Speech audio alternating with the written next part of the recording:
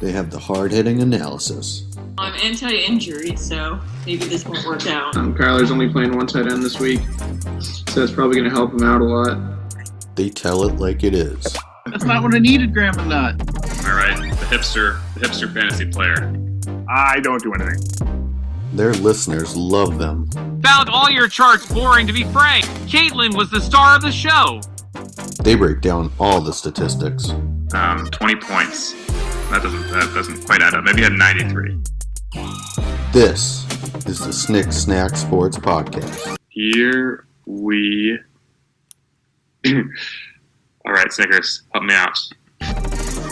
Oh, what's going on, all you fans out there in Guten Tag tonight? Nate, how are you doing? Doing great tonight. Snickers, how are you? Doing well. Getting excited for the Germany game on Sunday morning. Absolutely, yeah. The Germans go crazy for this stuff.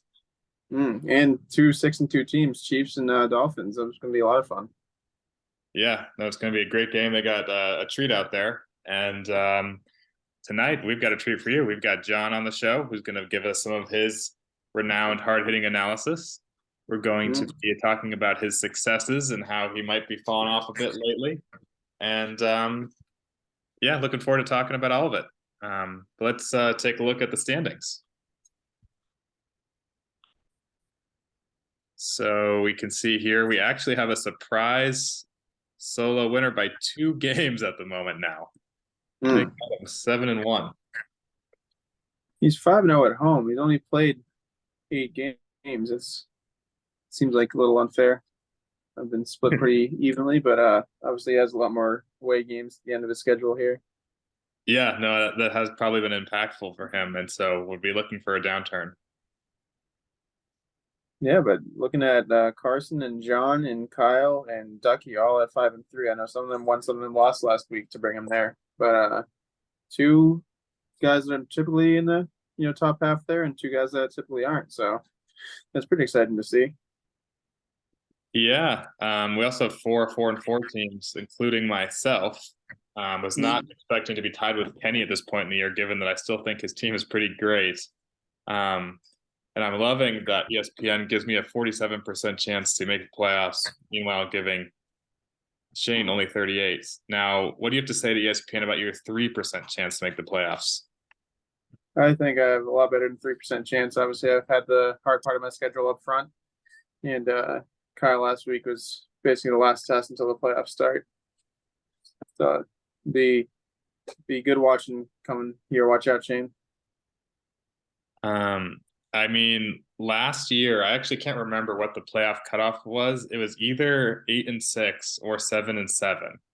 I think it was 7-7. So I think you may have one more loss you're allowed to have, especially given that you have such a good points for, which I believe is the tiebreaker. Although I know there's some questions about that in the Discord.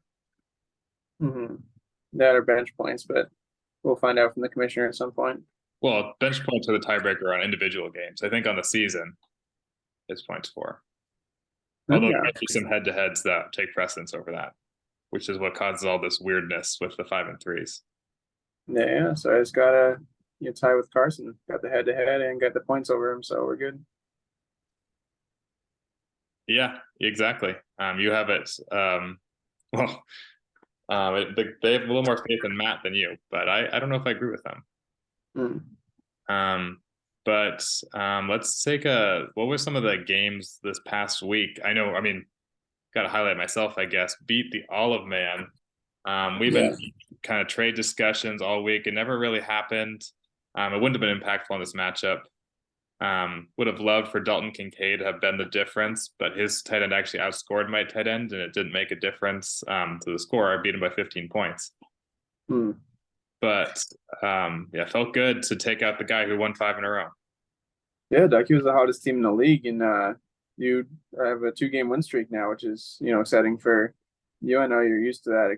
Last year not included, but like you said, your Dalton Kincaid scored 15 points, looked really good. Tight end 1 in Buffalo right now, and he was less than a point away from outscoring Sam Laporta, which of course was our bet last week, where I eked out a win up 5-3 currently 8 weeks in here.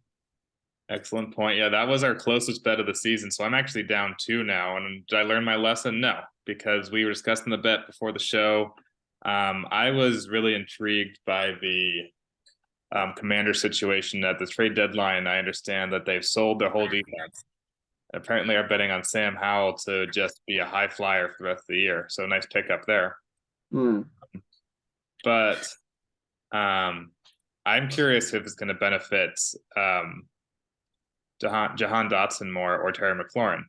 And I'm willing to take a bit of the underdog on Jahan. I think he's ultimately the more talented player, and ESPN disagrees, but we'll see. Yeah, no, I think that I really like Jahan Dotson. Had him last year in a lot of leagues. Thought about possibly keeping him in one league, but I think I have to go with a veteran, Ohio State. I know we're big Buckeye fans here, and I know John is too. But got to pick Terry McLaurin to outscore Jahan Dotson this week against the Patriots. Well, we will see. Yeah, playing against our own Pats, and the Patriots defense is not as intimidating as it once was, and they also are still known for taking out the top player. So I think one of the players may get taken out of the contention entirely, and the answer to this question might be decided at the end of the first quarter. Yeah. No, I mean, it's definitely it. I think that there's a chance they might try and take out the running game. So Sam has to, second-year player, 10 starts into his career, has to, throw for 400 yards in order to beat the Patriots, which is obviously not going to take that much to beat them this year. But I think we might try and just put the ball into Sam's hands and see how he does.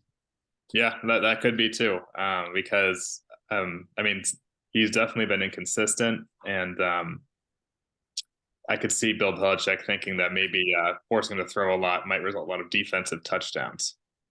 Yeah, Kenny came back to form this week is another thing I want to highlight. He and Shane had a real barn burner here. 155 to 160. That's the kind of game you're used to losing. Yeah. No, Kenny looks good, and obviously Shane back to 4-4. He's been basically going up and down every single week, but I feel like his team's better than a 4-4. But then Carson and John played each other last week, with Carson coming up on the over John there and keeping them both at 5-3, which is very good for them. They both have very decent teams, and it's going to be interesting to see that both of those guys make the playoffs. Yeah, and what's interesting there, the difference became the defenses. John lost by 2 points. The Saints scored 1. The Falcons scored -1. I mean, that's the punters also a 2-point difference. So pick your punters carefully, people. It matters. Yeah. I mean, Johnny Hecker is maybe a Hall of Famer, but probably not on the Panthers. So we'll see. And then in terms of the Spouse Bowl, Katie got another win. Kept her tied with me. Despite the fact that Pat Mahomes had a sick day. And Travis Kelce was hungover from watching the World Series or something. Yeah, no, he definitely took the Broncos for granted, and that was a fun game to watch. I watched about the whole thing. Really excited for the Broncos, even though I'm used to rooting against for them. Now I'm rooting against the Chiefs. Yeah, it is confusing how these, who to root for in that division. And then this game I wasn't paying too much attention to it, but the 1-7 versus 7-1 team was the closest game of the week. Yeah, if Nick Adams can barely beat the worst team in the league, I don't know why he's 7-1. But obviously, good for him. We'll see how it goes near the end of the season here. I expect a few more losses coming up soon. Yeah, they both had performances around the league average. So obviously, I mean, Nick Adams has kind of been doing that all year, about being an average team most weeks and just pulling it out. Been playing good defense, we like to say. Yeah. But what's going on with in the real NFL? I know there's been a lot of news. Yeah, I mean, obviously, prayers go up. Kirk Cousins tore his Achilles. He's going to be out for the season. That really stinks for him. Stinks for all the other players on Minnesota. But they did trade for the legendary Josh Dobbs off the Arizona Cardinals here. So Dobbs is out of Arizona back into Minnesota, where he kind of knows the system already. We'll see how that goes. Obviously, some more quarterback news. Kenny Pickett has a ribs injury. We'll see how he does on Sunday if he plays. Thursday is when Pickett's playing. Yeah. Desmond Ritter and Drake London both went out of the game last week. Desmond Ritter did not come back. He got replaced by Taylor Heineke, who came back in and almost won the game. Taylor Heineke is going to be the starting quarterback moving forward here.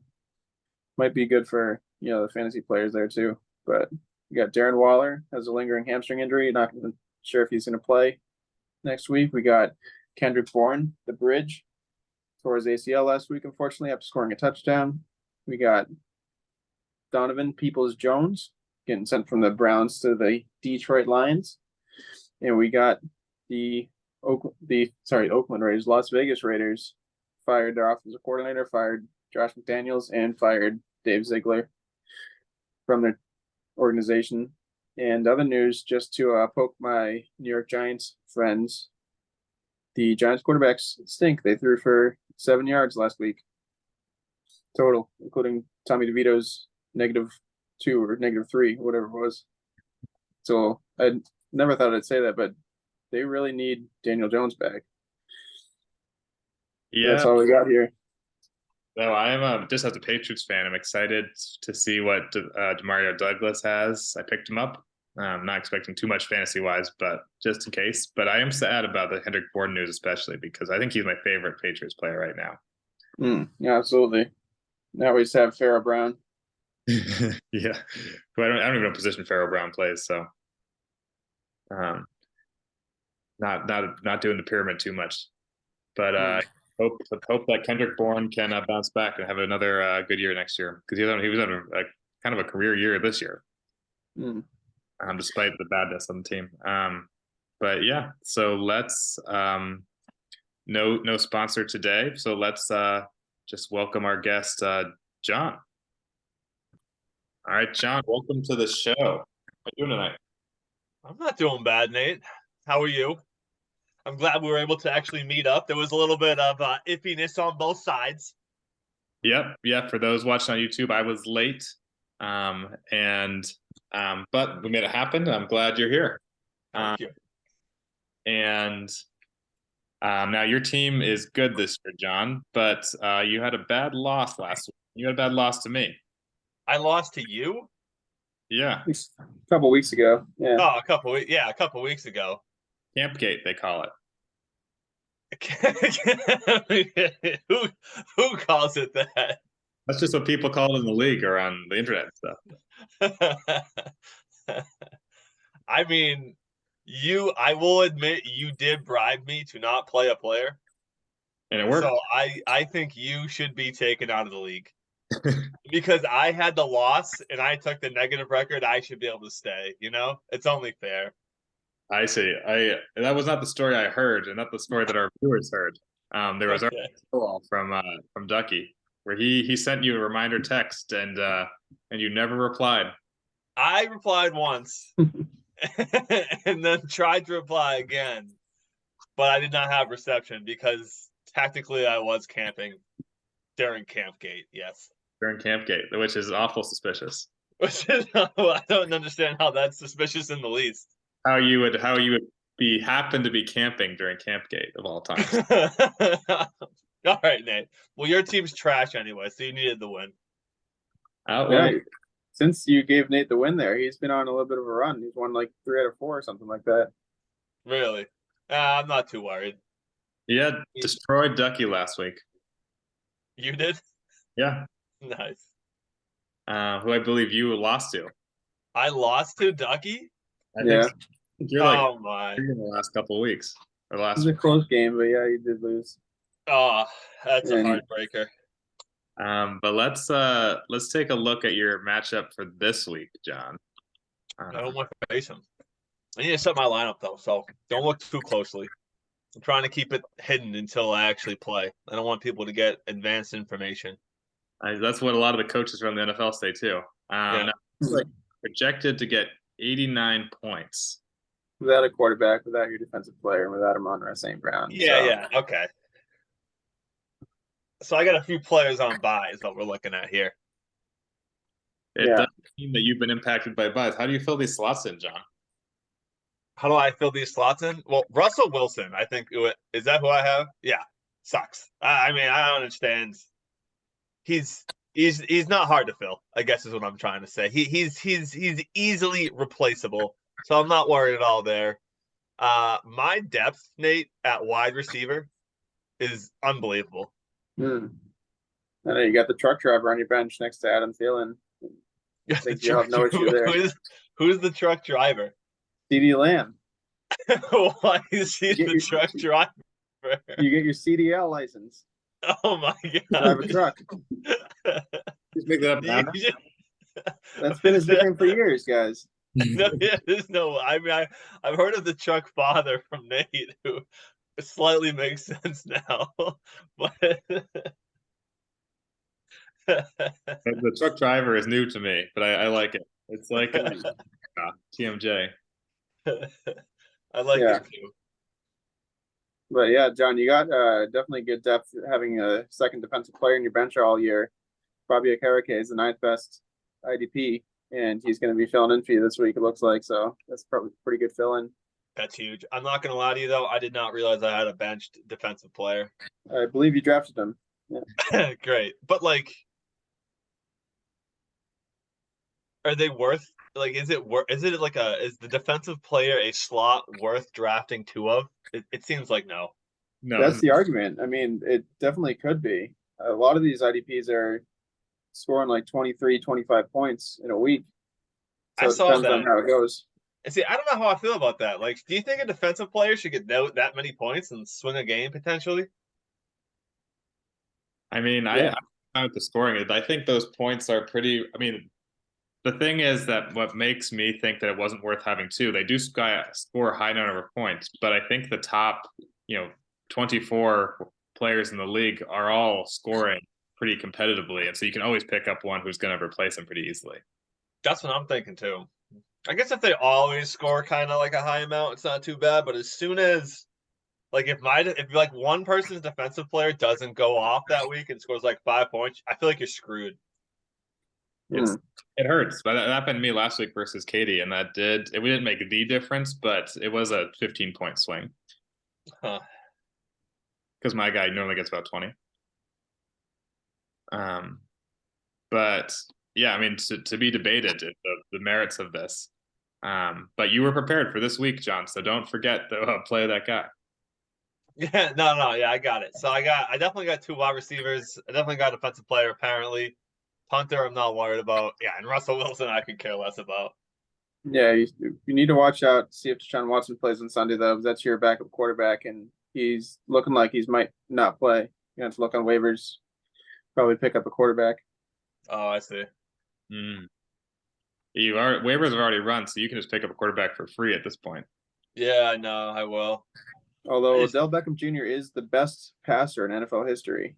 I know he's not a quarterback, but if Matt allows it, you can try and put a wide receiver in your quarterback slot who scored 12 points, and then it'll be better than 0. If he scored, there's no way.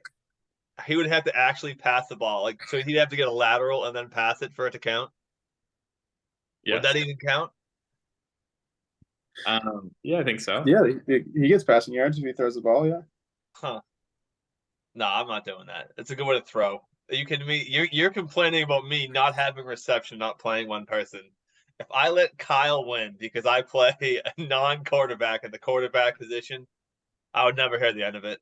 On the other hand, if you did win because you played a non-quarterback in the quarterback position, you would never hear the end of it because you'd be such a hero. That's true. No, you're not wrong. And I've long said the rest of my players play better when I'm a man down. Like, they all step up. They know they need to perform that week, and they do. So there's merits to both ways, in my opinion. Now, Snickers, what is your matchup of the week? My matchup of the week, I was looking at you, Nate. You're going up against the powerhouse 5-3 Carson, who keep saying we're surprised that he's a powerhouse, but he keeps edging out these wins, edging out John last week, and you're projected to beat him by 10 right now.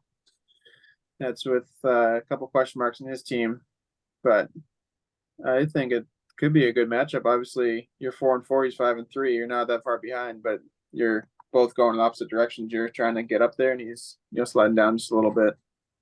Yeah, no, he's been sliding, and then he pulls out things like he did last week against John of all people. Yeah, I Yeah. mean, I think it's going to come down to if Bijan Robinson's tummy hurts anymore, and he's probably going to be playing. So that's kind of tough for you, but you And should John be is able not to win. questionable, but he there's some rumors that he did hurt himself and they're trying to hide it. Mm. Jacoby Myers, he has a lot of question marks in his team that are not labeled Q. Jacoby Myers, he's not hurt, but he's getting a new quarterback who didn't throw to him last time he played. Right. Although I'm dealing with Puka is having a guy with an injured throwing thumb throwing him at quarterback now. Yeah, So- it's gonna be true. It looks like Stafford's probably going to start, but we'll see how that goes. That's definitely going to be a downgrade for Puka Nacua if he doesn't have Medi Yeah, throwing the ball. sucks. With the injured thumb. Also, where is it? Oh yeah, Marquise Hollywood Brown. I was hoping to have Kyler back this week, but it sounds like maybe not. Now he's going to have some third string quarterback playing traded away Dobbs. Clayton Tune, the musician. But ultimately, I think I will pull it out. I think the projections don't lie here. What do you think, John? You're asking if I'm going to root for you or root for anybody else? I'm going to go with the anybody else category. Well, I'm not asking you to root for me. I'm asking you to call it, John. Oh, you want me to call who's going to win? The guy, I go with T. Higgins. He's a stud. This week, he's putting up 45 points. You're saying Carson's going to win. Yes. And so that means if I win, I'll prove you wrong and have an additional moral victory over you. You don't, in what way is that a moral victory? Oh, another guy. I don't think so. I think you have to go for Dak Prescott. He's part of America's team, or whatever the Cowboys are called nowadays. Yeah, good job, John, for knowing that. Yeah, thank you. And you, Nate, you have Jalen Hurts. Yeah, I playing. actually do kind of like. I would say And Joe Mixon. Now you got a pretty good team, huh? Yeah. And I just picked up the number 2 punter, Jordan Stout. We were talking about him last week. Only because my punter is on bye. And I'm not going to keep him on my bench. Yeah, but punters is one of those other positions that don't feel like they matter at all to me. Yeah. Game is all about. That's why we added them. That's what we were talking about last week with Katie. It was all about punters. There's no way it's all about punters. How much points do a punter put up every week? About my punter between 6 to like 18 points would be this range there. It sounds like a kicker or a defense, and they should just all be out of the league. That's a controversial take, John. That's a common take. Like it's a common sense take. Like you want to have the fact that you have somebody like me, let's say, for example, who is doing this well should tell you something. Maybe there's too much randomness in the league, you know? I mean, the fantasy football is all about controlled randomness. And you happen to be controlling it well so far, but if you don't continue to pay attention, I think you'll drop off. Just like Now we're just kind of picking each other this week, Nick, because I want to highlight your team. Mostly because it's going to be close with Shane, who I think's overperformed. But also that if you don't win this week, you have a very small chance of making the playoffs. This is kind of a win and in, even though it's already only week 9. Yeah, obviously my team's been performing, but been letting up a lot of points too. So got one of the best punters in the league. Got a new kicker this week, who's really, really good. Went to a Carrie Underwood concert, met her last year. Got Sam Howell, who's number 8, quarterback in the league this year. Could be really good. Could help our bet out a lot. Throwing for 400 yards this week. And we've been saying it all year. Josh Allen is good on Shane's team, but everyone else is kind of trash. And see, Shane's not staying strong with Jack Campbell throughout the bye week. Took him out of his lineup. I think Shane's on the ropes here. Yeah, I agree. I mean, I'm always happy to root against Shane, but I am calling you here, and I would love to see a drive back towards the playoffs, as long as it doesn't hurt my push towards the playoffs, because I'm not in it either at the moment. And I said win in. What I really meant, I guess, is a losing out situation. Not as catchy, but Right, a must win. I understood what he meant. must win. Yeah. What do you think of John Me versus Shane here? Decent matchup. Yeah, I hear you. What does Shane's name mean? Speaker? I hardly know her. Yeah, but what's speaker? Is that a player on his team? The meaning speak to her. I think that was supposed to be a pun off someone else's name, but you'd have to ask Shane about that. I'm calling you out, Shane. Your name makes no sense. Was he trying to be topical with the Speaker of the House kind of thing? Oh, maybe. I could see that. I think the Speaker House is a man, but well, have to ask Shane about that. Okay. Yeah, I think he's paying too much attention to politics, and that's why I'm picking Snickers. Very nice. And now let's take a look at the free agent offers report. I know you haven't been too involved in this yourself, John, but the Olive Man made a big Taysom Hill pickup this week. Even though he already has a really good tight end, I'm not really sure why he would want Taysom Hill. He's never going to play him. Just put him in flex, take the Kyler route. You know, I picked up Taysom Hill in one of the other leagues, and then I dropped him again this week after not playing him. But I don't mind that pickup. And Kyler got my guy Quincy Williams. I had him for a little while until the Jets went on by. I like him a lot. Yeah. You got Sam Howell, $9. I don't. Well, clearly you didn't have to pay that because no one else bid on him. But I can see why you were excited about picking him up. Kyler actually did spend some money. That might have been his first money all year when he picked up Logan Thomas, who I had just dropped for Dalton Kincaid. Yeah, Logan Thomas and Jake Ferguson getting picked up here. Obviously, tight ends have been doing very well the last couple of weeks. But glad to see that they're coming back into the picture here. And then some kickers and Vikings defense. But yeah, you got Demario Douglas. I think that's a decent pickup. He's getting a lot of targets, playing 70-something% of the snaps for the Patriots. So we'll see how that goes. Yeah, it's just fun to have a Patriot on your team, especially if you don't have to play him. But John, tell us, what are you saving your money for? Me? I don't know. Mac Jones.